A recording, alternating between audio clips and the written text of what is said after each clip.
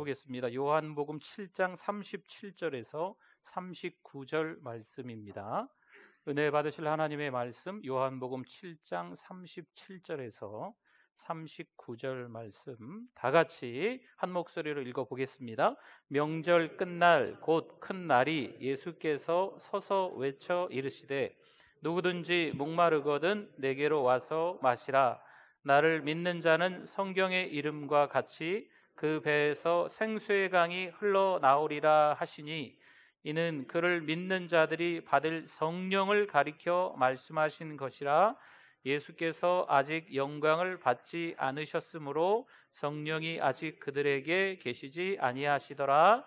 아멘. 분들 또 앞뒤 분들 보시면서 우리 인사 나누겠습니다. 잘 오셨습니다. 네, 건강하세요. 축복합니다. 은혜 많이 받으세요. 네.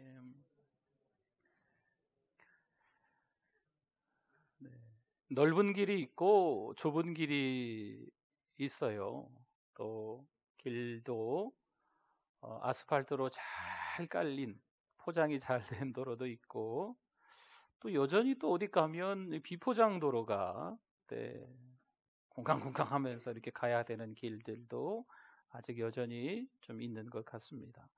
또 어떤 경우에는 골짜기가 있습니다. 사막에 음침한 골짜기라고도 할 수 있는 참 쉽지 않은 미끄러질 수밖에 없는 미끄러지라고 만들어 놓은 골짜기 같은 그런 어려운 길들도 우리 주변에 있습니다. 2021년이 시작되고 한 해가 지금 지나가고 있는데 한 해를 돌이켜보면 때로는 우리가 넓은 길로 갔는지 좁은 길로 갔는지 한번 생각해 볼 수가 있는 것 같습니다. 참 쉽지 않은 많은 일들이 우리 인생 여정 가운데 있었다.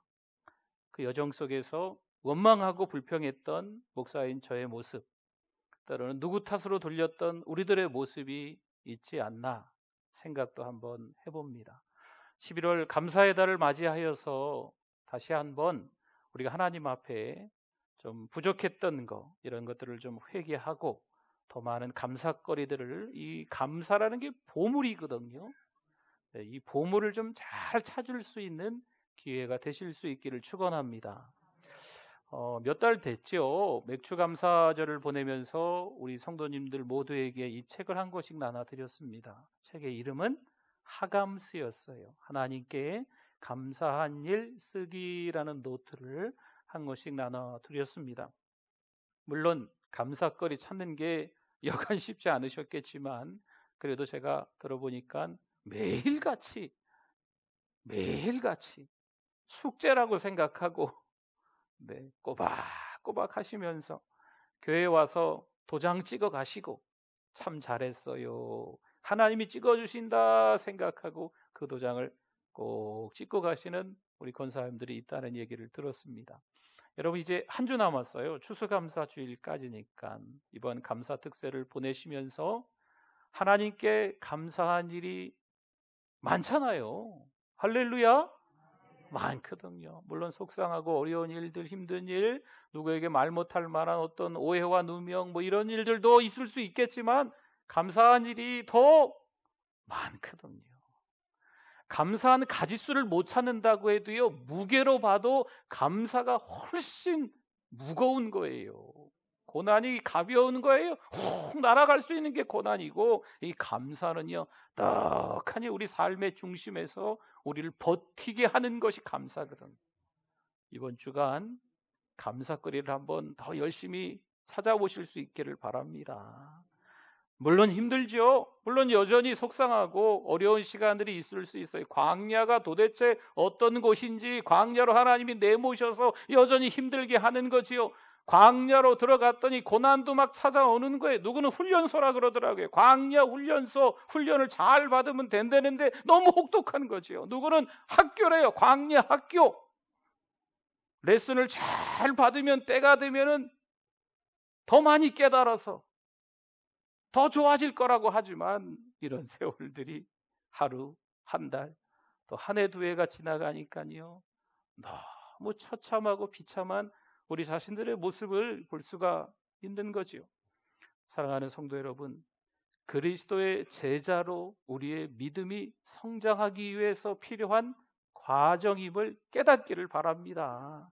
여러분, 믿음이요, 이 바닥에 있던 게 끌어올라가려면, 상승하려면 이러한 고난의 과정들이, 광야의 시간들이 있어야 된다는 거 아시죠? 이런 시간들을 통해서 더 영적 근력이 강화되는 거예요. 할렐루야! 좀 더 버텨보시자고요. 로마서 8장 31절에 보니까요, 이런 위로의 말씀이 있어요. 그런즉 이 일에 대하여 우리가 무슨 말하리요? 만일 하나님이 우리를 어떻게 하시면? 위하시면 누가 우리를 대적하리요? 물론 여러 가지 상황과 환경들이 어마어마하게 커 보이고 참 속상한 게 짐이 돼가지고 오지만, 그럼에도 불구하고 하나님이 나를 위하시니까 그 어떤 사건이, 그 어떤 상황이, 그 어떤 누군가가 우리를 대적하겠습니까? 게임이 안 되는 거예요. 빌립보서 1장 29절 말씀을 볼까요? 같이 한번 이건 읽어보겠습니다. 그리스도를 위하여 너희에게 은혜를 주신 것은 다만 그를 믿을 뿐 아니라 또한 그를 위하여 고난도 받게 하려 하심이라. 아멘. 우리에게 은혜를 주셨다는 거예요. 여러분, 어떤 은혜일까요? 우리가 시험을 당할 때, 시험 당할 즈음에 피할 길 주신다는 하나님의 은혜, 하나님의 약속이 있어요. 우리가 감당하지 못하겠다? 그럼 애초에 하나님은 그 시험을 허락하지 않으십니다. 시험이 있다? 그러면 그 시험을 승리하게끔 하나님이 만들어주시는 줄 믿습니다. 여러분, 이게 은혜거든요. 방금 읽은 빌립보서 1장 29절에 보니까 은혜를 주셨다는 말과 함께 동시에 나오는 게 뭐냐면, 모두 또 주셨어요. 뭘 받게 하셨어요? 고난도 받게 하셨다는 말씀이 있어요. 고난이 은혜일까요? 고난이 은혜일까요? 아무 대답이 없으시네요. 고난도 은혜인 줄 믿습니다. 제가 드리는 말씀이 아니고 방금 성경책에서 읽었잖아요. 하나님의 은혜를 주셨어요. 물론 믿음을 주시죠. 고난도 주신다는 것, 그게 은혜죠. 이렇게 한번 예를 들어보겠습니다. 요즘 참 힘든 시기에 젊은 사람들이, 젊은 친구들이 직장에 취업하는 게 만만치 않거든요. 근데 정말 하나님의 은혜로 취업을 하는 거죠. 얼마나 좋겠어요. 근데 집에 돌아오다가 교통사고를 당해서 병원에 눕게 되는 거죠. 하나님께 감사할 수 있을까요? 하나님 감사합니다 라는 마음이 들까요? 왜 하필 하나님 접니까? 그렇게 힘들게 어렵게 취업 준비를 하다 마침내 취업을 했는데 하나님 왜 병원에 제가 눕게 하십니까? 하나님 평범하게 좀 살게 해주세요. 고난이 찾아오면 은혜를 잊어버리고 이렇게 생각하기 마련입니다. 왜 그럴까요? 안타깝게도 고난과 시련의 목적을 이해하지 못했기 때문입니다. 하나님이 고난의 파도와 시련의 풍랑을 허락하시는 이유가 있는데 그게 아직 깨달아지지 않는 거죠. 하나님은요, 우리에게 무엇이 필요한지 이미 아십니다. 지금 광야 훈련소를 통해 어떤 힘을 우리가 지금 길러야 하는지 하나님은 정확하게 알고 계십니다. 그것에 맞는 은혜, 그것에 맞는 가로 열고 고난 가로 닫고 고난도 함께 주신다는 거죠. 마귀의 수법은요, 일단 죄에 빠뜨려서 하나님께 순종하지 못하도록, 또 하나님과 거리가 멀어지도록 만드는 거예요. 아니 왜 하필 내가 이런 어려운 지경에 처했나. 그래서 원망하게 되지요. 부정적인 말을 하게 되지요. 가지 말아야 될 곳을 가게 되는 거예요. 이런 죄에 빠져서 살아갈 수밖에 없게끔 만드는 거죠. 고난도 은혜인데 그 은혜, 그 고난의 이유를 잘 모르니까 더 심하게 일탈을 하는 거죠. 방황하는 거예요. 베드로전서 4장 1절 말씀에 이런 말씀이 있습니다. 그리스도께서 이미 육체의 고난을 받으셨으니, 그리스도가 이미 고난을 받으셨어요. 너희도 같은 마음으로 뭘 삼으라? 갑옷을 삼으라. 이는 육체의 고난을 받은 자는 죄를 그쳤음이니. 아멘. 말씀합니다. 여기서 갑옷을 삼으라라고 하는 것은 무장을 하라고 하는 거예요. 여러분 전쟁터에 나갈 때 무기를 가지고 가잖아요. 무기를 가지고 가라는 거예요. 갑옷을 삼으라, 무장해라, 무기를 가지고 있어라라는 말씀이에요. 하나님이 기뻐하시는 것을 하지 말고 하나님이 기뻐하시지 않는 죄를 짓지 말아라, 죄를 그쳐야 된다, 이런 말씀인 거죠. 그렇게 그리스도의 제자가 마귀와 맞서 싸우도록 무장을 하라는 말씀입니다. 누군가 말을 하는데 하나님이 기뻐하시지 않는 말을 자꾸 하는 거죠. 여러분, 그 죄를 그쳐야 돼요. 그 말을 들으시면 안 돼요.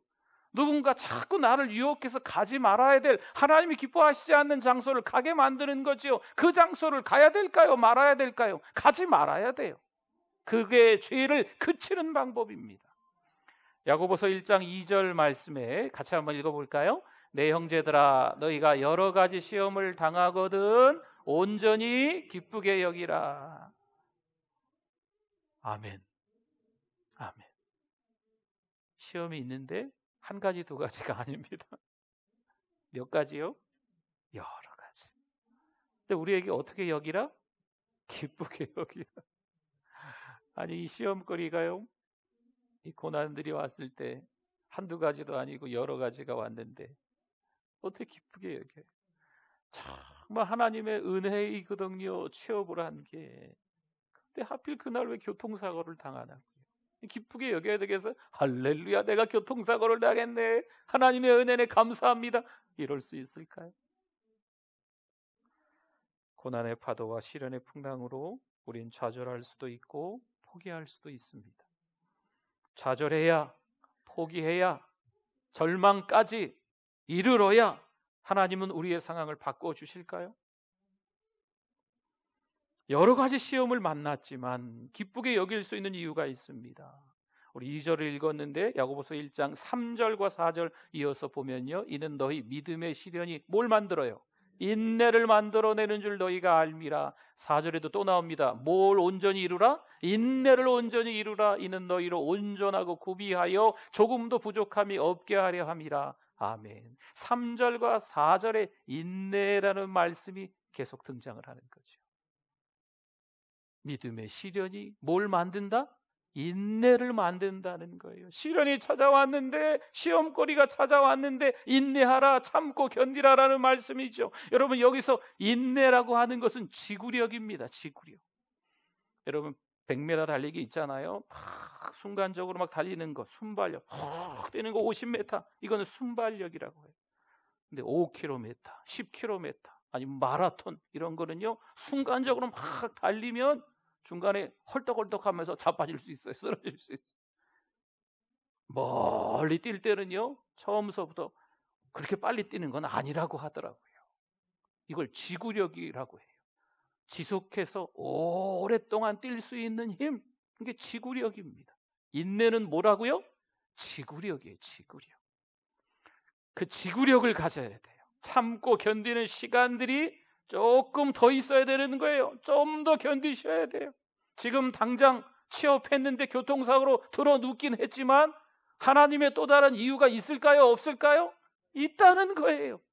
지금 당장 내일 모레 목요일날 아이들이 시험을 치르겠지만 좋은 대학에 붙을 줄 믿습니다. 네, 아이들도 우리 19살, 20살도 좋은 직장에 취업하게 될 줄 믿습니다. 여러분, 하나님의 이유와 목적이 다 따로 있는 거예요. 때로는요, 아이들이 시험을 치렀는데 좀 어려울 수 있거든요. 잘 풀리지가 않는 거죠.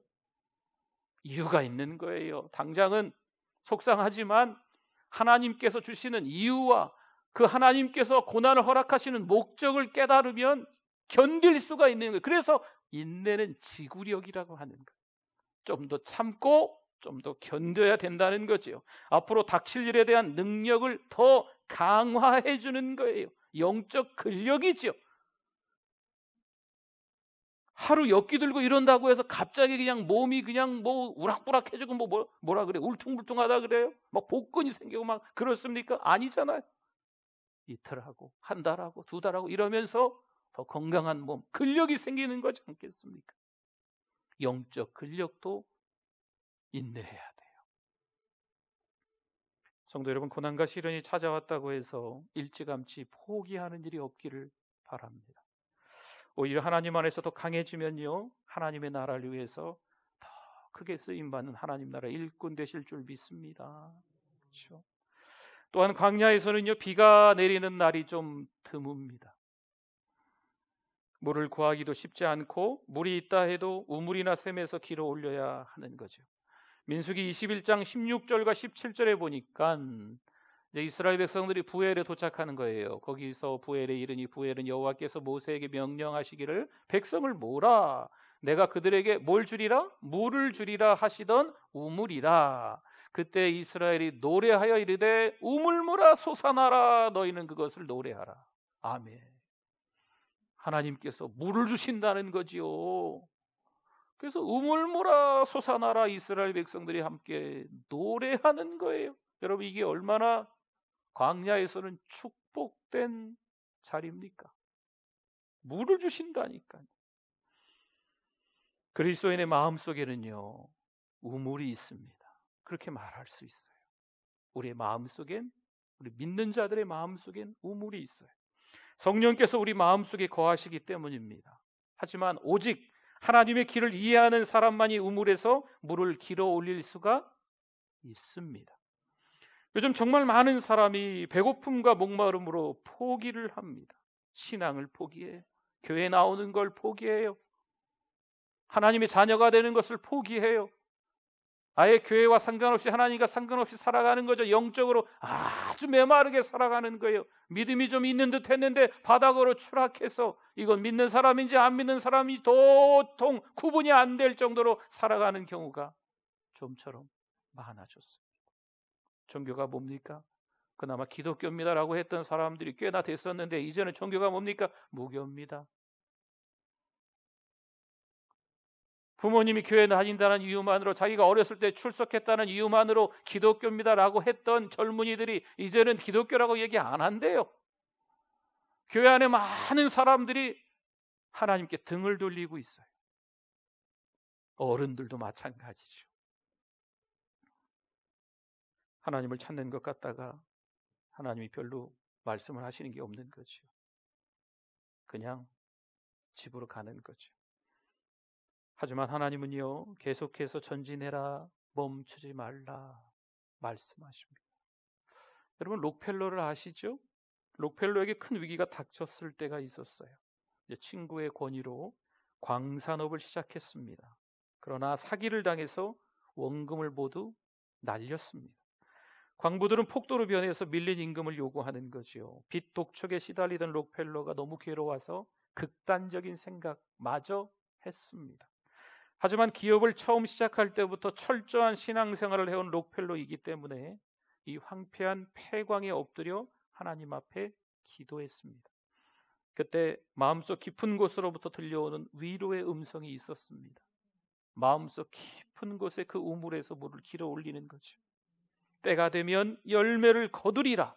더 깊이 파라. 록펠러는 이 말을 듣고 믿었습니다. 그리고 폐광을 더 깊이 파기 시작했어요. 주변 사람들의 반응은 어떨까요? 마침내 미쳤네. 미칠 만도 하지. 미쳤네 록펠러. 제정신이 아니라며 수군거렸습니다. 그때 갑자기 황금 대신에 검은 물이 분수처럼 공중으로 솟구쳤고 그것은 바로 뭐였을까요?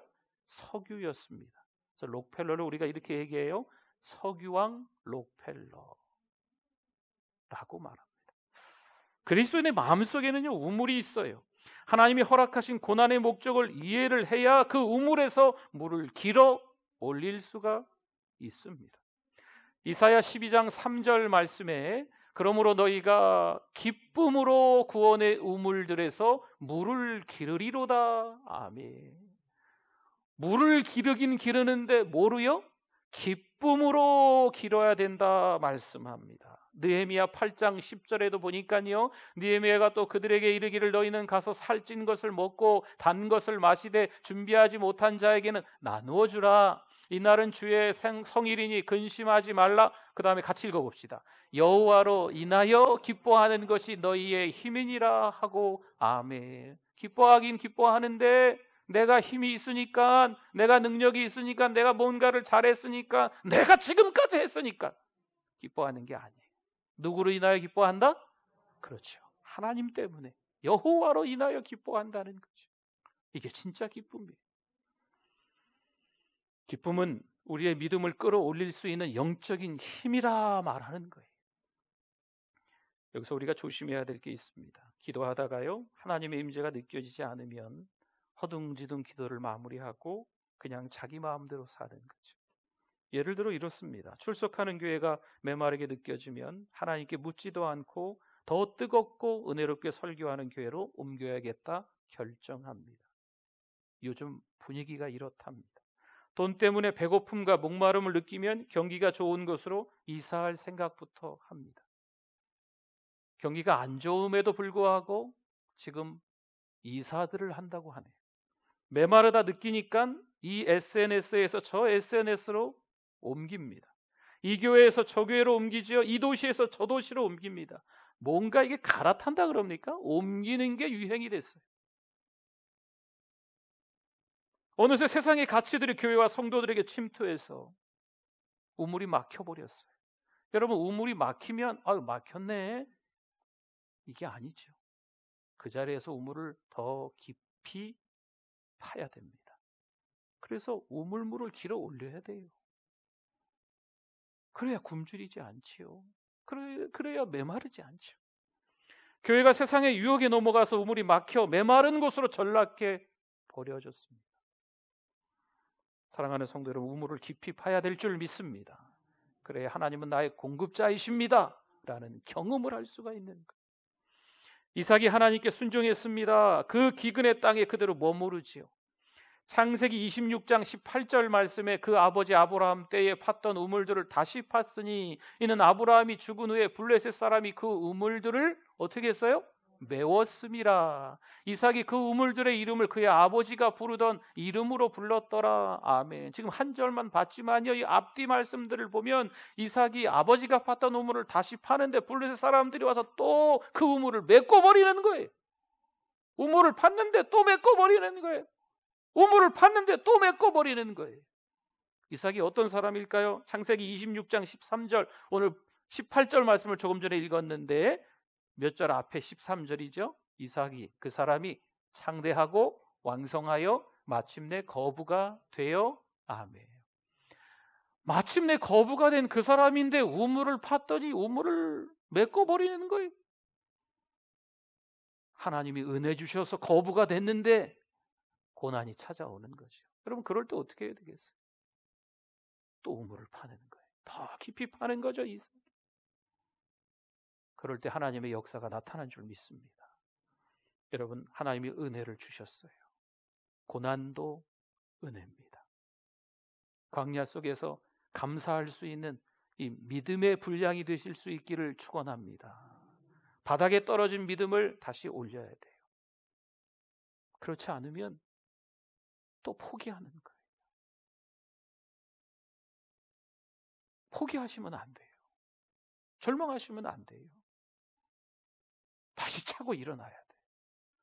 물론 누구 다 마찬가지. 저를 포함해서 여러분 다 마찬가지. 힘들면 힘드네. 어려우면 아이고 어렵네. 속상하면 아이고 속상하네. 가슴 아프면 아이고 가슴 아프네. 억울하네. 누구든지 그렇게 생각하고 말하기 마련입니다. 빨리 바꾸셔야 돼요. 그게 오래 그러면 안 돼요. 우물을 막아버렸으면 다시 우물을 파십시오. 할렐루야. 우물을 파시되 깊게 파셔야 됩니다. 이사야 58장 11절과 12절에 보면요, 여호와가 너를 항상 인도하여 메마른 곳에서도 내 영혼을 만족하게 하며 내 뼈를 견고하게 하리니 너는 뭐 같고요? 물된 동산 같겠고 물이 끊어지지 아니하는 샘 같을 것이라. 12절도 내게서 날 자들이 오래 황폐된 곳들을 다시 세울 것이며, 할렐루야, 너는 역대 파괴된 기초를 쌓으리니 너를 일컬어 무너진 데를 보수하는 자라 할 것이며 길을 수축하여 거할 곳이 되게 하는 자라 하리라. 아멘.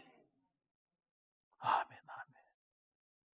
사랑하는 성도 여러분, 우리가요, 나에게 있어서 좋은 거, 내 뜻, 내 고집 이런 거 내려놔야 돼요. 그래야 마침내 하나님께서 인내하고 있는 우리들을 통해서 일하시는 거예요. 물된 동산 같겠고 물이 끊어지지 않은 샘 같을 것이라. 이런 축복이 있기를 바랍니다. 요즘 잃어버린 영혼들이 있어요. 집을 나간 탕자가 있습니다. 여러분, 우리의 이 이쁜 자녀들이, 우리의 이 정말 애지중지하는 자녀들이 무슨 일인지 가출을 한 거죠. 아이고, 가출할 때도 됐지. 잘 먹고 잘 살겠지. 그럽니까? 아이고, 어찌할 바를 몰라요, 부모들이요. 제가 어릴 적에 우리 큰애를 한번 잃어버린 적이 있거든요. 이 녀석이 나가더니 집에를 안 들어오네. 어릴 때 저기 뭐 학원 같은 거 잘 이렇게 태권도 하고 뭐 이런 거 빼고는 잘 안 보내가지고 학교 끝나면 집에 와야 되거든요. 안 와요, 안 와. 그러니까 운전하고 막 찾아다니면 뭐 교통사고도 났어요. 제가 운전이 안 되더라고요. 그랬더니 이제 아유, 저희 아이가 없어져가지고 운전하다가 실수했는데 그 상대방도 자식이 있으니까 자기 차도 찌그러졌는데 괜찮대요. 빨리 가 찾으래요. 막 찾아고 다녔는데 뭐 경찰을 써야도 얘기해갖고 경찰들도 막 여기저기 찾아다니고. 여러분, 아이를 잃어버리면요 정신이 없어요. 그렇죠? 여러분, 탕자의 아버지를 생각해 보세요. 탕자가요 자기 재산 싹 다 끌어가지고 현금화 시켜서 가지고 갔어요. 그러면 아버지는 아이고 녀석 지 돈 다 챙겨갔네. 아버지가 죽고 나서 상속받아야 될 돈인데 미리 다 챙겨서 가져갔죠. 아유, 이제 이 녀석 호적에서 파버려야 되겠다. 큰아들하고 잘 먹고 잘 살아야지. 이럴까요? 아닌 것 같아요. 왜 아닌 것 같냐면 이 둘째 아들 탕자가 돌아올 때 아버지의 태도를 보면 알아요. 이 아버지가 아들이 나간 이후로 여전히 기다렸다는 거죠. 그리고 하나님 앞에 기도했을 것 같아요. 내 아들이 돌아오게 해주소서. 저 멀리 그림자가 보이는데 아들인 줄 알고 뛰쳐나갔을 때가 한두 번이 아니었을 것 같아요. 그날도 아들인가 아닌가 긴가민가 할 것 같은데 이 아버지는 아들인지 철석같이 믿고 그냥 그 아들한테 달려가는 거죠. 마침내 그 아들을 품에 끌어안을 수 있었던 거예요. 여러분, 우리 사랑하는 가족 중에 누군가 아직 예수님 믿지 않는 거죠. 여러분, 그냥 내버려 두시겠어요? 아이고, 때가 되면 믿겠지. 지가 알아서 살다가 예수 믿겠지. 어릴 때 중학교 고등학교까지 신앙생활 잘했는데 30이 넘고 40이 넘어서 교회를 안 다니는 거죠. 세상이 너무 바쁘게 지내다 보니까 교회를 안 다니는 자녀들이 있어요. 때가 되면 교회 나오겠지 이러고 그냥 마시겠어요? 사랑방 우리 식구들이 신앙생활을 같이 했었는데 코로나로 인하여서 교회를 못 나오고 있네요. 불안하고 어려워서 신앙생활을 저버렸나 보이지가 않는 거예요. 아이고, 뭐 알아서 뭐 우리 교회 아니면 다른 교회라도 잘 다니겠지 뭐 그냥 이렇게 내버려 두시겠어요? 사랑하는 성도 여러분, 사랑하는 우리 가족, 우리 사랑방 식구들, 또 주변에 여전히 예수 안 믿는 죽어가는 영혼들이 나무 토막같이 걸어다니고 있거든. 그들을 그냥 모른 척 하시겠습니까?